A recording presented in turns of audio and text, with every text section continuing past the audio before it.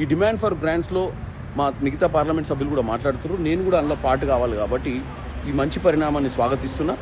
మీరు ఒకసారి చూసినట్టయితే మేము సస్పెన్షన్ కావడానికి కూడా కారణం ఏంటంటే మాకు సరైన అవకాశాలు వస్తలేవని లీడర్ ఆఫ్ అపోజిషన్గా ఉన్నటువంటి రాహుల్ గాంధీ గారికి ఏదైతే మైక్ ఇవ్వకుండా కట్ చేయడం, ఏదైతే ప్రెసిడెన్షియల్ స్పీచ్ మీద జరుగుతున్న డిబేట్లో ఆయనకు అవకాశం ఇవ్వలేదన్న విషయంలో మేము స్పీకర్ గారు అటెన్షన్ కోసం మేము 8 మంది ఎంపీలు స్పీకర్ దగ్గరకు పోవడం జరిగింది.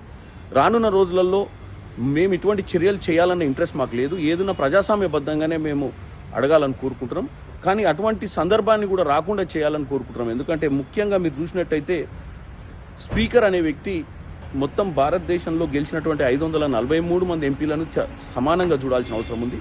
నరేంద్ర మోడీ గారు కానీ అమిత్ షా గారి ఒత్తిళ్లకు లొంగి ఏదైతే నిర్ణయాలు తీసుకుంటారో ఆ నిర్ణయాలు తీసుకున్నప్పుడు మాలాంటి లీడర్లము కంపల్సరీ అంటే మాలాంటి ఎంపీలం ఫ్లోర్ మీద ఉండి ఊరుకోలేము. ఎందుకంటే దీన్ని మేము డెఫినెట్గా రానున్న రోజులలో స్పీకర్ ఓం బిర్లా గారిని కూడా మేము ప్రాధేయపడుతున్నాం. సరైన అవకాశాలు ఇవ్వండి, సరైనటువంటి సమయం ఇచ్చిన వారిని ఆ సమయంలో మాట్లాడుతూ అపోజిషన్ పార్టీ లీడర్లకు మైకులు ఇచ్చి డిస్ట్రాక్ట్ చేయకుండా చూసుకోవాల్సిందిగా కోరుకుంటున్నాం. ముఖ్యంగా ఈ యొక్క సెషన్ అనేది చాలా ఇంపార్టెంట్ కాబట్టి ఈ రానున్న అట్లీస్ట్ ఎందుకంటే ఎల్లుండి నుంచి బ్రేక్ ఉంది, మళ్ళీ సోమవారం 23వ తారీఖు స్టార్ట్ అయింది. ఈ వచ్చే 2 వారాలలో వీలైనంత మట్టుకు తెలంగాణ సమస్యల మీద ఎన్నో క్వశ్చన్స్ పెండింగ్ ఉన్నాయి. 0 అవర్లో కానీ 377లో కానీ క్వశ్చన్ అవర్లో కానీ వీలైతే డిబేట్స్లో కానీ పాల్గొంటామని తెలియజేస్తుంది.